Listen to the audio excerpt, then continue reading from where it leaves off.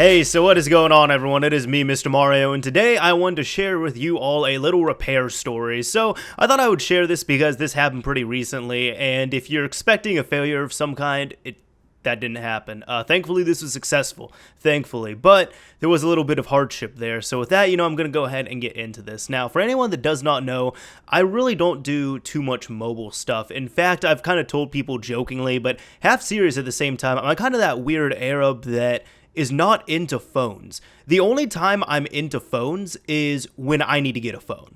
So that's like once every 2 years. So whenever I want to get a new phone, I'm looking at all the new phones and everything. I'm checking them out. I'm getting a little bit obsessed. I want to see what I want to get, what the best deal is, what the phones have. Then once I get my phone, I'm set. I tune out, I dip out, I don't pay any attention. Man, at least the last time I went to the Middle East, like all my cousins, all my family over there, everyone, not even just family, just like everyone there was just completely obsessed with phones that I just thought was hilarious. But so I am not too well versed with that. Now, normally with things like, I guess with exploits, modding, anything like that, I used to jailbreak a bunch of iPhones, iDevices, things like that when I was more on the iOS side of things. This is more in high school, early college. Then I went over to Android, I got into rooting, but even with that, I don't really go too far out with it. Normally, I get a phone, I root it, I do all my little tweaks, install some specific applications, and upgrade it, and that's it. I'm done after that. I really don't do too much else. There's people that go completely haywire. I'm pretty good with it. So I normally don't do anything super outlandish or crazy with my phones just because I really don't have the need to. And with that, I really don't open them up too much either. I've actually only opened up 2 phones. First one was my Nexus 4 where I did a battery replacement on that. And again, with a iPhone 5S that I'll be telling you all about here. So this is what happened, right? This was about a year or so ago. I was able to get some iPhones for my family. Now, my stepmom and my dad, they were wanting new phones because they had the iPhone 3GS. Yes, this is in 2014. So this would still probably be last year by the time this comes out, hopefully. But what ended up happening is they wanted to upgrade. So I said, well, the iPhone 6 and 6 Plus, those things are bending. You probably don't want them because they're a bit bigger.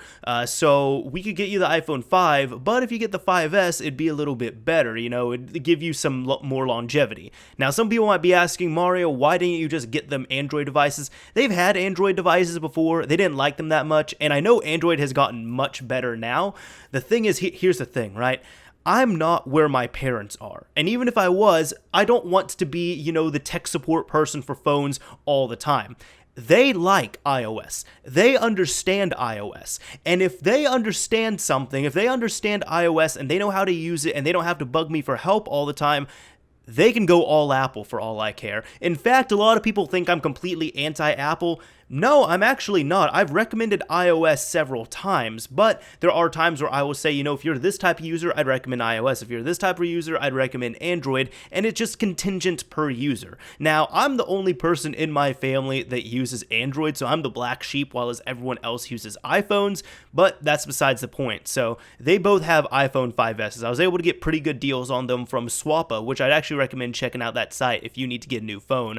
But what happened was recently, my dad contacted me. He's like, hey, so I'm having this issue where sometimes my phone will just drain really fast, or sometimes it will just turn off. Like it will be at like 30% and then my battery will go dead. And it doesn't happen all the time. Like it can be fine for like 2 weeks, and then there'll be one night where I forget to charge it and it goes from 90% to 2% within 3 hours. So he was telling me about this, and I said, it's probably a battery issue. And I've never worked on these phones before, right? So I said, what we can probably do, I could try working on it if you want me to, but I'm sure there is a local place where you live where you'd be able to go and you'd be able to find, a place that can repair your phone, all that stuff. So that's what we were going to do at first. So I went over and I visited my family recently for Thanksgiving, and we started looking at some places. And we weren't really finding many places that we trusted a whole lot. So I ended up looking up a video online, and I said, you know what? This doesn't look too bad. So I asked my dad, I'm like, how about this? I know how to do this stuff, right? Now, I've never done a iDevice or a battery replacement on here or anything like that, but I could try opening up your phone and replacing the battery, and we'll see what happens. So he said, okay, sure, let's give it a shot. So I went online, I bought this little toolkit and a battery with it, it all came really nice. And it was one of the more expensive ones, which was still really cheap, but it was like $25 for this really nice box, instructions, a toolkit, toolkit and a battery. So I ended up buying that. When it came in, I ended up taking the phone apart, right? So with the iPhone 5S, this is all new stuff to me. So first off, I spent about 30 minutes cracking the thing open. Now, it didn't actually crack. It's still in pristine condition. But what you have to do is, because everything is so tight there are 2 screws at the bottom of the phone. And then what you normally have to do is take a suction cup, put it on top, and then wedge a tool between the top, like the bottom of the front panel of the phone and where the speakers are, and then you have to, pop all the tabs on the side and on the bottom of the phone. Now, what happened was, no matter what I did, I couldn't do it. Some people might recommend using a razor blade. I didn't want to have a razor blade sitting around. I finally ended up getting into it because one person actually recommended, I'd seen this online, which, hey, good thing. If you're getting stuck, always Google your stuff. But one person recommended, I had a pair of tweezers that came with it, and they said, just kind of jam the tweezers in the bottom there, and then you can open up the phone a little bit more, and then you can crack the whole thing open. So that's what I ended up doing. I was able to get in there. And here's the thing, right? Because doing this is all pretty wacky. Now, when I did this on my Nexus 4, it was immensely easier. I had never done a battery replacement before, and that took me about 20 minutes, in and out, opening up the phone, getting in there, replacing the battery, making sure it worked, closing it up. That was it, 20 minutes. This process doesn't take that long because this was actually pretty easy, but I want to share this with you all just because I thought it was, kind of a funny story, and some people might enjoy hearing this stuff, but this took me about an hour and a half to 2 hours because, as I said, 30 minutes of that was just getting into the damn phone. Now, what ended up happening after that was then, when you do that, you have the front panel all taken off, right? Except it's still hanging on there. So I had to go in, I had to then disconnect the battery. Okay, that was easy enough. And then what I decided to do so I could get out the battery easier, I decided to take off the front panel, like where the screen is and everything. And the front panel is like your screen, your earpiece for your, if you put your phone up to your ear, where that earpiece would be, your front-facing camera, things like that. Now, everything with iPhones, from what I understand, is super delicate. Super delicate. So they even say, when you're tipping it up, do not tip it up at more than a 90-degree angle, because there's 4 screws that you have to remove, and then you can disconnect all the pieces there. And they always say no more than 90 degrees, no more than 90 degrees. So I said, okay, fine. I ended up taking off that whole piece, and I took off that fixture. Then I had the battery right there. Now, the battery is like sealed shut in there because there's 2 huge pieces of adhesive that are behind there. So I was, trying to work my way, take it out, because you don't want to bend the phone or the logic board or anything like that. And what ended up happening was, I needed some heats because the thing was really cold. So I ended up just taking my stepmom's hair dryer, kind of did the, fake little reflow thing that you do on 360s or PS3s or any type of system. I just operated it like a heat gun. So I ran it on low and kind of circled it around the back of the phone for about a minute, and it came off much easier. But that battery was still gone. Like, it was like all bent out of shape and everything by the time I took it out. But then I was able to remove the adhesive, put the new adhesive down, put the new battery in there, and then everything seemed to be good to go, right? Then this is what happened. I go ahead, I put the fixture, the front piece there, I screw everything back in, I screw the battery strap back in and everything, close up the phone, turned on, and this is where the troubleshooting thing happens, because it sounds like it's successful so far, right? I turned it on, and my heart instantly sank, because the screen came on, and it was backlit, but there was just random white vertical lines all across the screen. And I could kind of tell that the phone was working. So at first, I rebooted it, and it was still doing the same thing. Rebooted it again, let it sit there for about a minute, and I could see at the very top of the screen my dad's background photo. I could just see that there at the very, very tippy top. So I was like, okay, the phone is working, but the screen is damaged. So I'm sitting there, I'm like, there's no way I could have bent the screen. The screen itself should be in good condition. So I decided to look it up, right? And I was looking up, what could happen, like, white vertical lines, iPhone 5S battery replacement. It was something like that. And I found out it was the damn digitizer. That was the source of my issues. And some people said either it wasn't plugged in properly, or I bent the phone back at more than a 90-degree angle when I was unscrewing it. And I was like, well, it can't be option 2. Because when I was unscrewing it, I made sure I was actually under the threshold. I made sure I was doing it at most an 85-degree angle. So it can't be that. But let's see. So I hope the cables aren't damaged. So what happened was I turned off the phone, opened the whole thing back up. I was good at opening it up at this point, but I opened the whole thing back up, unscrewed everything, took it out, and then made sure the digitizer was in there properly and strapped in there properly, got everything set up there, and screwed it back in. But then one of the screws would not go back in, no matter what I did. And I kind of sat there and even thought about it, because I'm like, well, there's not that many screws here, and phones have really small internals, so I know all the screws should probably be in there, because there's grounding issues, there's antennas, things like that, and there's little things that you might gloss over. Like, for example, if you ever mess with a phone and you move around an antenna or anything like that, some people might say, oh, it's no big deal. Actually, it's a pretty big deal. If you don't put in that antenna properly, like it was when you first opened it, you could have a lot of issues that you don't want to deal with. Even one good example is one of my best friends. He told me years ago he opened up his DS Lite and he put in his antenna a slightly different way, and whenever he tried to play ad hoc with friends, like multiplayer but local multiplayer, his DS would always crap out or disconnect. And then he found out it was because the antenna is set up in a very specific way so that it's supposed to work properly in that setup. While as when he did it, he changed it around a little bit and then it wasn't working properly. And this is the same thing with everything. I know Dope Swanner, for example, his Xbox One, he did a bunch of mods on it and everything. And if you don't know, when you take it off, there's a metal shielding on top. He took out the metal shielding, but then he said he was having a lot of issues with his antenna range where he pretty much had to be right in front of the system with his controller or else it would disconnect. And that's something I didn't even think of. I'm like, oh wow, so that metal shielding is actually for it. Well, of course it helps out with grounding, but that also helps out the range of your controllers as well too. Like, I didn't even think of that until he mentioned it in one of his videos. So, you know, just little things like that do matter. So that's why I was like, well, let's at least see. So what happened was I put the phone back together. I was missing that one screw, right? And I didn't put it together all the way, but I turned it on, felt so much better because I saw the Apple logo on there. So it was booting up. I said, okay, I'll go ahead and let it boot up. But then I decided to push the whole phone back together. As soon as I pushed the screen back into the phone, blue screen. And then the thing turned off and then it rebooted. My heart sank again. And I was like, no, I did not just break this damn phone when it was working properly.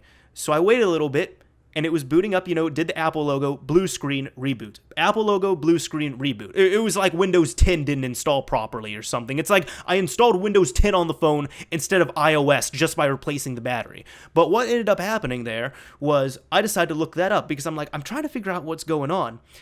And then I looked it up again. So I looked up, you know, like iPhone 5S, like boot up, black screen, or like blue screen reboot, something like that. And I was able to find it after about 5 or 10 minutes. And it was somebody who had a slightly different issue than me. They were replacing the screen, not the battery. But guess what I found out? Out of all things, you know that one screw that I did not put in there?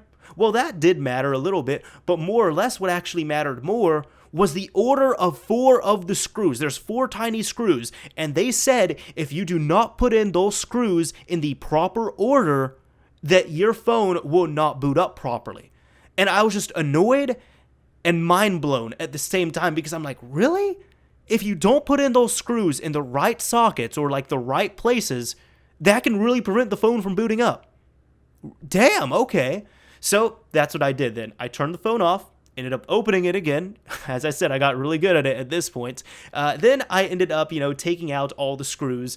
And then I looked, and some of them, because they're tiny, tiny screws, man, but some of them are slightly bigger or slightly smaller than the other ones. So I was able to put them all in hopefully the right spots. I kind of, you know, theorized where they should go, and all of them were able to go in properly this time. What happened with that one screw is that I was trying to put a short screw in a little area where a longer screw should have gone, which makes sense, but for some reason I didn't really associate that when I was working on a phone. And they were all so small that I just categorized them as small screws, not small and smaller screws.